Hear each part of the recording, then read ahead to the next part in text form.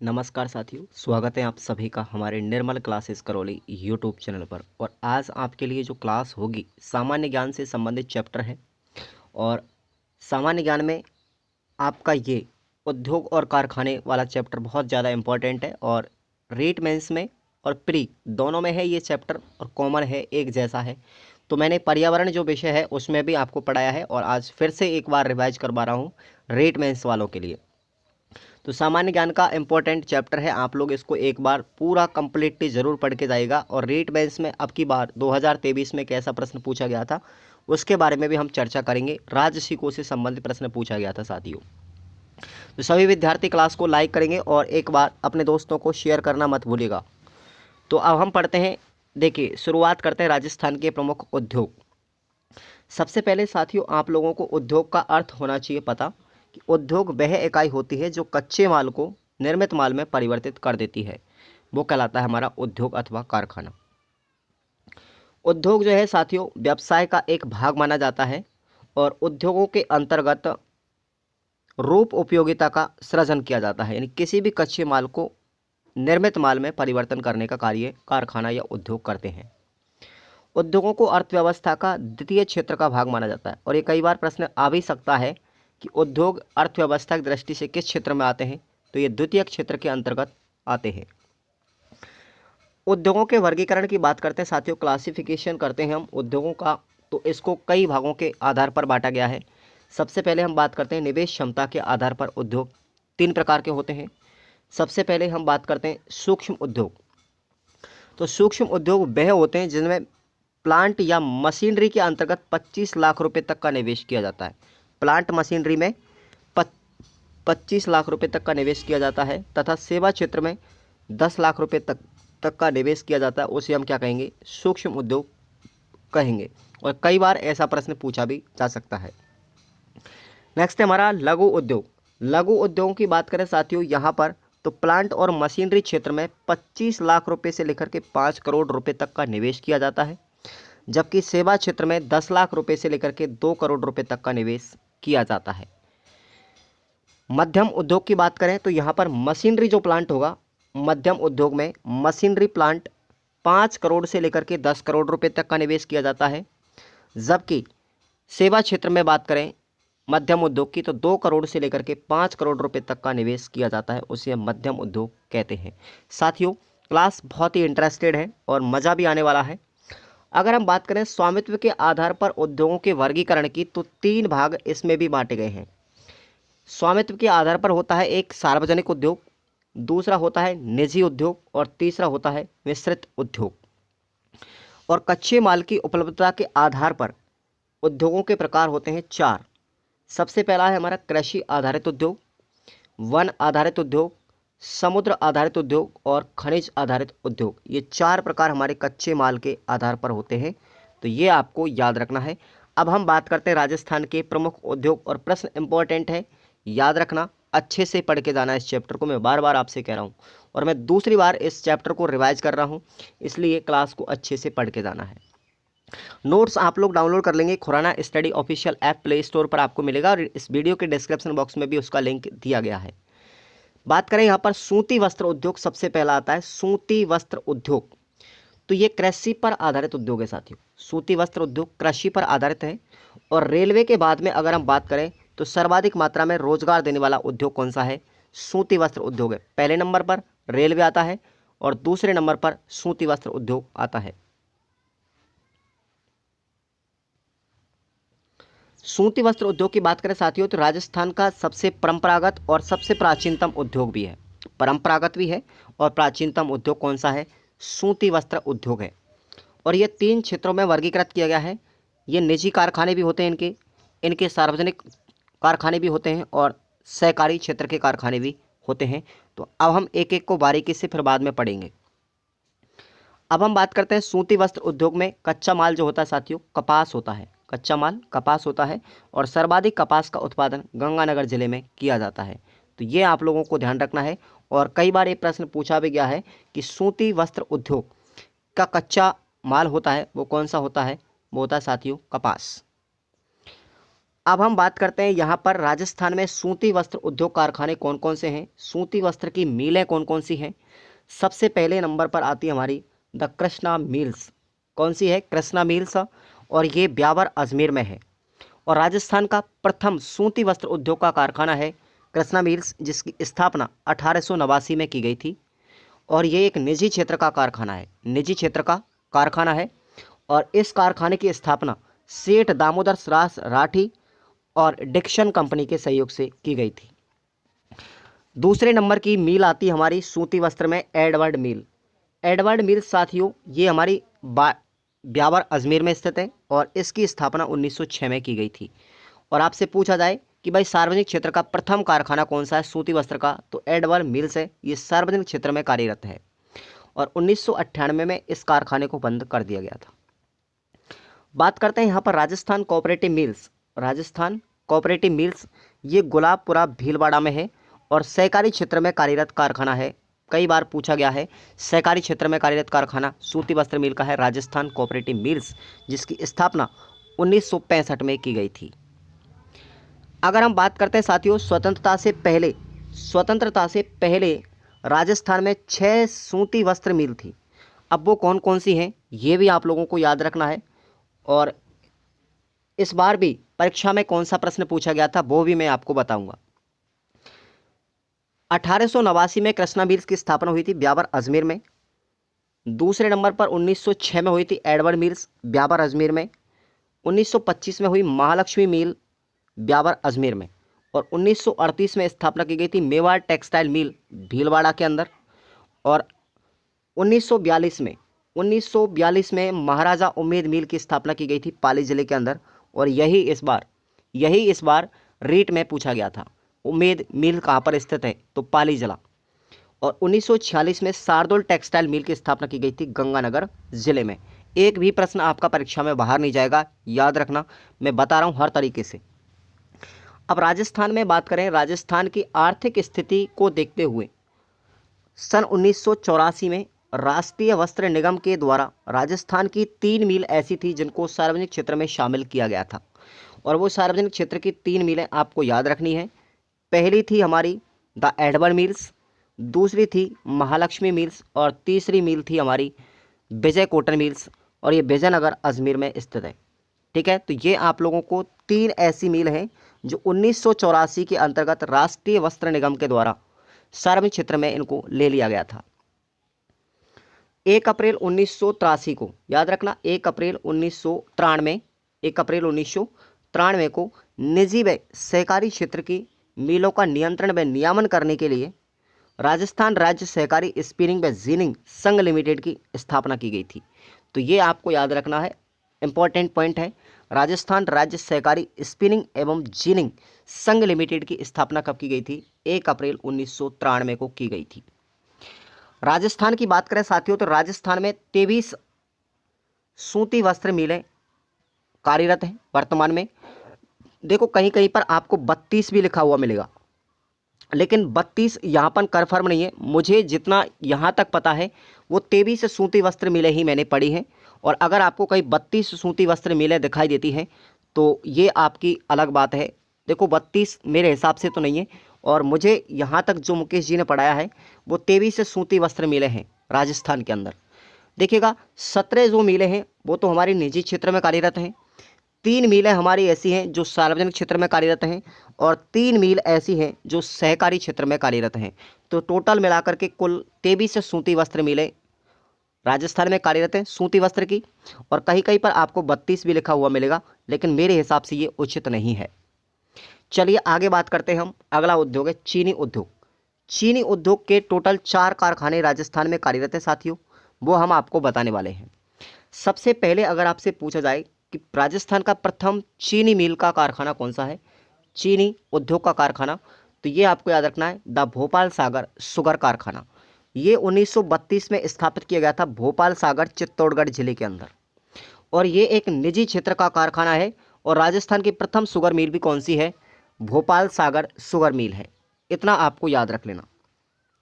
दूसरे नंबर पर आती है हमारी द गंगानगर शुगर मिल।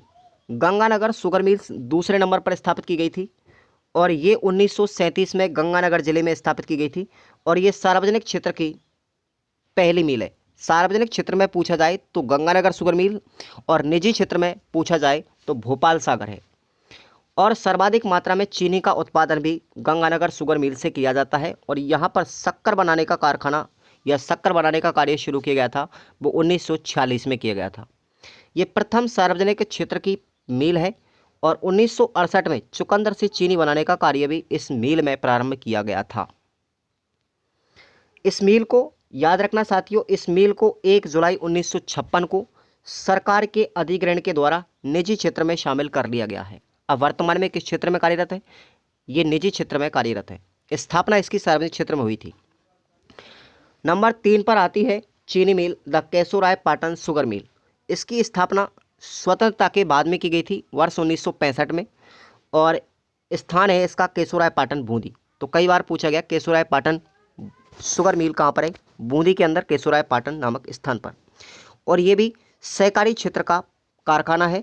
और आपसे पूछा जाए कि प्रथम सहकारी क्षेत्र की कौन सी चीनी मिल है, तो वो हमारी केशोराय पाटन है। ये हमारी सहकारी क्षेत्र की है और वर्तमान में इसको बंद कर दिया गया है। नेक्स्ट है हमारी उदयपुर शुगर मिल।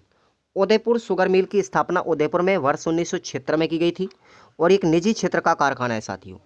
और इसकी स्थापना भोपाल सागर शुगर मिल की सहायक कंपनी के द्वारा की गई थी और वर्तमान में भी ये संचालित है। आगे बात करते हैं हम सीमेंट कारखाने की। सीमेंट कारखाने राजस्थान में कहाँ कहाँ पर हैं, उन सब के बारे में हम चर्चा करेंगे। सीमेंट उद्योग साथियों खनिज पर आधारित उद्योग है, पहली बात। दूसरी बात यह है कि सीमेंट बनाने में चूना पत्थर का उपयोग कच्चा माल के रूप में किया जाता है। चूना पत्थर जो होता है वो कच्चा माल होता है, उससे सीमेंट बनाया जाता है। राजस्थान में चित्तौड़गढ़ की बात करें तो चित्तौड़गढ़ जिले में सर्वाधिक मात्रा में सीमेंट का उत्पादन होता है। सर्वाधिक सीमेंट के कारखाने चित्तौड़ में हैं। और वर्तमान में राजस्थान में सीमेंटों की उद्योग जो है उनकी संख्या भी 23 है।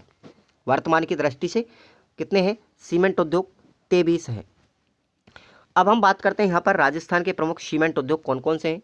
सबसे पहले नंबर पर आता है क्लिक निक्सन कंपनी का कारखाना, जिसको हम ACC सीमेंट का कारखाना भी कहते हैं। साथियों इसकी स्थापना की गई थी वर्ष 1915 में और सीमेंट बनाने की शुरुआत इसमें 1917 में की गई थी।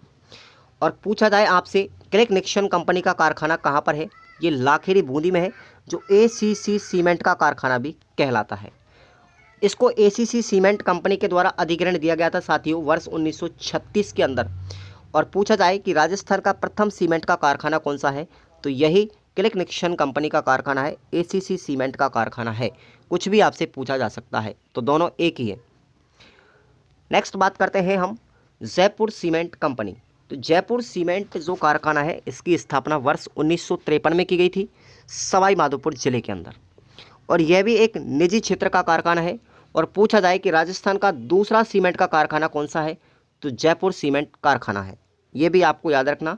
और स्वतंत्रता के बाद में इसकी स्थापना की गई थी, इसलिए आज़ादी के बाद ये प्रथम सीमेंट का कारखाना कहलाया। कौन सा? जयपुर सीमेंट कारखाना। और ये वर्ष 1958 में इसमें बंद कर दिया गया था सीमेंट बनाने का काम। और इसमें त्रिशूल सीमेंट का निर्माण किया जाता है। कौन सा है? त्रिशूल सीमेंट कंपनी। आगे बात करते हैं JK सीमेंट कारखाना।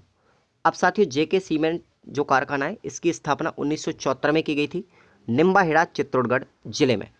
और ये एक निजी क्षेत्र का कारखाना है। और सर्वाधिक मात्रा में अगर सीमेंट उत्पादन करने की बात की जाती है तो प्रतिवर्ष 20 लाख टन यहाँ पर सीमेंट का उत्पादन किया जाता है। क्लास कैसी लग रही साथियों, एक बार वीडियो को लाइक करके जरूर बताएं। नेक्स्ट है हमारा श्रीराम सीमेंट कारखाना और इसकी स्थापना वर्ष 1985 में की गई थी रामसर कोटा के अंदर। यह भी एक निजी क्षेत्र का कारखाना है और सबसे कम मात्रा में सीमेंट उत्पादन करने वाला कारखाना भी श्रीराम सीमेंट कारखाना है। नेक्स्ट है हमारा श्री सीमेंट कारखाना। श्री सीमेंट कारखाना की स्थापना वर्ष 1979 में की गई थी और ब्यावर अजमेर में हुई थी। ये एक निजी क्षेत्र का कारखाना है। और आपसे पूछा जाए श्री सीमेंट जो कारखाना है साथियों, ये उत्तर भारत का सबसे बड़ा सीमेंट का कारखाना है, उत्तरी भारत की बात की जाए तो। नेक्स्ट है हमारा अल्ट्राटेक सीमेंट कारखाना। इसकी स्थापना कोटपुतली जयपुर के अंदर हुई थी और ये एक निजी क्षेत्र का कारखाना है। उत्पादन क्षमता की बात करें साथियों, ये सबसे बड़ा कारखाना है जिसमें 30 लाख टन सीमेंट का उत्पादन किया जाता है। तो अल्ट्राटेक सबसे बड़ा हो गया वर्तमान में। बात करते हैं अगले, सफ़ेद सीमेंट कारखाने कौन कौन से हैं। तो राजस्थान में मुख्यतः 3 सीमेंट कारखाने हैं सफ़ेद वाले। तो राजस्थान में एक तो जोधपुर और एक नागौर में सफ़ेद सीमेंट का कारखाना का उत्पादन किया जाता है, क्योंकि इन जिलों में केमिकल ग्रेड का लाइमस्टोन, जिसको खड़िया पत्थर कहते हैं, वो सर्वाधिक मात्रा में निकलता है। और सफ़ेद सीमेंट भी खड़िया पत्थर, जिसको हम लाइमस्टोन पत्थर कहते हैं, उससे बनाया जाता है। सबसे पहले हम बात करते हैं साथियों जेके व्हाइट सीमेंट सफ़ेद कारखाना। जेके व्हाइट सीमेंट कारखाना, इसकी स्थापना की गई थी वर्ष 1984 में गोटन नागौर के अंदर। यह एक निजी क्षेत्र का कारखाना है। और पूछा जाए राजस्थान का सफ़ेद सीमेंट का प्रथम कारखाना कौन सा है, तो वो जेके व्हाइट सीमेंट का कारखाना है। सबसे प्रथम कारखाना सफ़ेद सीमेंट का जेके व्हाइट सीमेंट कारखाना, गोटन नागौर। नेक्स्ट है हमारा बिरला व्हाइट सीमेंट कारखाना। तो बिरला व्हाइट जो सीमेंट कारखाना, इसकी स्थापना 1988 में की गई थी खरिया खंगार जोधपुर जिले के अंदर। खरिया खंगार जगह है जोधपुर जिले में, और यह एक निजी क्षेत्र का कारखाना है। आपसे पूछा जाए कि राजस्थान का सफ़ेद सीमेंट का सबसे बड़ा कारखाना कौन सा है, तो वो हमारा बिरला व्हाइट सीमेंट कारखाना, सफ़ेद सीमेंट का सबसे बड़ा कारखाना है बिरला व्हाइट। और नवीनतम सीमेंट का कारखाना सफ़ेद का है साथियों मांगरोल चित्तौड़गढ़ के अंदर, जो अभी हाल ही में स्थापित किया गया है। अब हम बात करते हैं कांच उद्योग। कांच उद्योग कहाँ कहाँ पर है राजस्थान में, तो राजस्थान में कांच जो उद्योग है साथियों, वो सीसा, सिलिका, बालू का मिट्टी और सोडियम सल्फेट आदि कच्चे माल के रूप में उपयोग किया जाता है। राजस्थान में सर्वाधिक कांच का उत्पादन धौलपुर जिले में होता है, इसलिए धौलपुर में सबसे ज़्यादा कांच के उद्योग भी स्थापित किए गए हैं। अब कौन कौन से हैं और अलग अलग जगहों पर भी स्थापित किए गए। सबसे प्रथम कारखाना अगर आपसे पूछा जाए कांच उद्योग का, तो वह हाईटेक प्रेसिजन ग्लास फैक्ट्री, ये वर्ष 1968 में धौलपुर जिले में स्थापित की गई थी। और ये एक सार्वजनिक क्षेत्र का कारखाना है, इंपॉर्टेंट है। हाईटेक प्रेसिजन ग्लास फैक्ट्री वर्ष 1968 में और धौलपुर में हुई थी। आपसे पूछा जाए राजस्थान का प्रथम कांच का कारखाना कौन सा है, तब भी आपका आंसर होगा हाईटेक प्रेसिजन ग्लास फैक्ट्री। और इस कारखाने को स्थापित किया गया था गंगानगर शुगर मिल की सहायक कंपनी के द्वारा, ठीक है ना। गंगानगर शुगर मिल्स जो कंपनी है, चीनी मिल्स, उसके द्वारा इस कारखाने को स्थापित किया गया था धौलपुर जिले में। नेक्स्ट है हमारा सेमकोर ग्लास फैक्ट्री, इंपॉर्टेंट है साथियों। सेमकोर ग्लास फैक्ट्री बहुत ही ज़्यादा इंपॉर्टेंट है, और इसकी स्थापना जो की गई थी वो कोटा में की गई थी। और ये दक्षिण कोरिया की कंपनी है, जिसमें सैमसंग टीवी व पिक्चर ट्यूब, सैमसंग जो टीवी होती है उसके पिक्चर ट्यूब बनाए जाते हैं। तो ये इंपॉर्टेंट है, कई बार पूछा भी गया है। नेक्स्ट है सेंट गोबेन ग्लास फैक्ट्री, ये भिवाड़ी अलवर जिले में है, और यह भी एक फ्रांस की कंपनी है। याद रखना, फ्रांस की कंपनी सेंट गोबेन है। सेंट गोबेन कहाँ की है, फ्रांस की कंपनी है। जबकि जो कोटा में फैक्ट्री है सेमकोर ग्लास फैक्ट्री, वो दक्षिण कोरिया की कंपनी है। दोनों में डिफरेंट समझ लेना। अगला है हमारा Dholpur glass factory. Dholpur glass factory की स्थापना भी धौलपुर में की गई थी, और ये निजी क्षेत्र का कारखाना है। और वर्ष 2010 में द गंगानगर शुगर मिल ने इस कारखाने को अपने अधिग्रहण में ले लिया था। आगे बात करते हैं हम साथियों, आगे आता है नमक उद्योग। अब नमक के कारखाने की बात करें तो ये समुद्र पर आधारित उद्योग है। नमक का उत्पादन राजस्थान में तीसरा स्थान है। नमक उत्पादन में राजस्थान पूरे भारत में तीसरे नंबर पर आता है। पहले नंबर पर गुजरात है, दूसरे पर महाराष्ट्र है, और तीसरे नंबर पर राजस्थान आता है। अगर बात की जाए साथियों झीलों से नमक उत्पादन में राजस्थान का पहला स्थान। अगर झीलों से नमक उत्पादन किया जाता है तो राजस्थान में सबसे ज़्यादा होता है। अब प्रमुख नमक उद्योग कौन कौन से हैं उनके बारे में हम बात करेंगे। सबसे पहले हम 3 प्रमुख केंद्रों की बात करते हैं। सबसे पहला हमारा सामर झील कारखाना, ये जयपुर में है, जो केंद्र सरकार के द्वारा उत्पादन किया जाता है, केंद्र सरकार के द्वारा अधिग्रहण है। और पंचभद्रा बाड़मेर में और डीडमाना नागौर में, ये दोनों कारखाने हमारी राज्य सरकार के द्वारा अधिग्रहण किए जाते हैं। अब हम बात करते हैं सबसे पहले सामर नमक कारखाना, यानी सामर साल्ट लिमिटेड। सामर साल्ट लिमिटेड जो कारखाना है उसकी स्थापना 30 दिसंबर 1964 को की गई थी सामर झील जयपुर में, और इसका अधिग्रहण केंद्र सरकार के द्वारा किया जाता है। कई बार पूछा भी गया, केंद्र सरकार के द्वारा इसका अधिग्रहण किया जाता है। राजस्थान में लगभग 80% नमक का उत्पादन, राजस्थान में पूरे नमक का 80% उत्पादन इसी झील से किया जाता है। और पूरे भारत की बात करें तो पूरे भारत के नमक का लगभग 8.7% नमक उत्पादन सामर झील से होता है। और ये भी कई बार एग्जाम में पूछा गया है कि पूरे भारत का लगभग कितना प्रतिशत भाग सामर झील से नमक उत्पादन होता है, तो 8.7%। बिजोलिया शिलालेख के अनुसार सामर झील का जो निर्माता था वो वासुदेव चौहान माना जाता है। और सामर झील की बात करें तो राजस्थान की सबसे बड़ी प्राकृतिक व खारे पानी की झील मानी जाती है। नेक्स्ट है हमारी पंचभद्रा झील, और ये बाड़मेर में है, पालोत्रा के अंदर। इसमें नमक का उत्पादन किया गया था 1960 में, और इस झील के जो जनक कहलाते हैं वो पंचा नामक भील के द्वारा इस पंचभद्रा झील की स्थापना की गई थी, ऐसा इतिहास के अनुसार माना जाता है। और इस झील पर जो नमक का उत्पादन किया जाता है वो राज्य सरकार के द्वारा उत्पादन किया जाता है। पंचभद्रा जो झील है साथियों, उस पर नमक का उत्पादन खारवाल जाति के लोगों के द्वारा मोरली नामक झाड़ी से करते हैं। तो ये भी कई बार प्रश्न पूछा गया है कि पंचभद्रा झील पर नमक का उत्पादन किस जाति के द्वारा किया जाता है, खारवाल जाति के द्वारा। कौन सी झाड़ी से, मोरली झाड़ी से। और इस झील से जो नमक प्राप्त होता है वो सर्वश्रेष्ठ किस्म का नमक होता है जो खाने योग्य होता है, क्योंकि इसमें NaCl की मात्रा लगभग 98% तक होती है। और आप जानते हो जब NaCl की मात्रा सर्वाधिक होती है तो वो नमक बिल्कुल बेस्ट हो कहलाता है। नेक्स्ट हमारा डेढ़वाना झील नागौर। तो डेढ़वाना झील में नमक बनाने का कार्य किया गया था 1966 से। और इस झील का नमक खाने योग्य नहीं है, क्योंकि इसमें सोडियम सल्फेट और सोडियम सल्फाइड की मात्रा बहुत ज़्यादा मात्रा में होती है। इस नमक का उपयोग केवल रासायनिक क्रियाओं के लिए किया जाता है। और जो डेढ़वाना झील है उस पर नमक का उत्पादन साथियों देवल जाति के द्वारा किया जाता है। और ये वेरी वेरी इंपॉर्टेंट है, यहाँ पर देवल जाति आप आंसर करके आएंगे। अब राजस्थान में प्रमुख औद्योगिक विकास की संस्थाएं कौन कौन सी हैं, तो यहाँ पर हम 3 संस्थाओं के बारे में बात करेंगे। पहली होगी रेको, दूसरी होगी राजसी और तीसरी होगी RFC। चलिए इनके बारे में बात करते हैं। सबसे पहले आपको, अब ये तीनों की तीनों जो संस्था हैं वेरी वेरी इंपॉर्टेंट है, एग्जाम में प्रश्न यहाँ से पूछा भी जाता है और इस बार भी पूछा गया है। रेको की बात करें तो रेको का सबसे पहले फॉर्म याद होना चाहिए, Rajasthan state industrial development and investment corporation. Hindi में बात करें तो राजस्थान राज्य औद्योगिक विकास एवं विनियोग निगम। रेको की स्थापना इंपॉर्टेंट है, कई बार पूछा भी गया है। इसकी स्थापना की गई थी रेको की 1 जनवरी 1980 को। इसका मुख्यालय जयपुर में है और इसका उद्देश्य आपको याद रखना है, ये मध्यम तथा वृहद उद्योगों को वित्तीय सहायता उपलब्ध करवाती है। मध्यम एवं वृहद जो उद्योग हैं उनको वित्तीय सहायता उपलब्ध कराने का काम करती है रेको।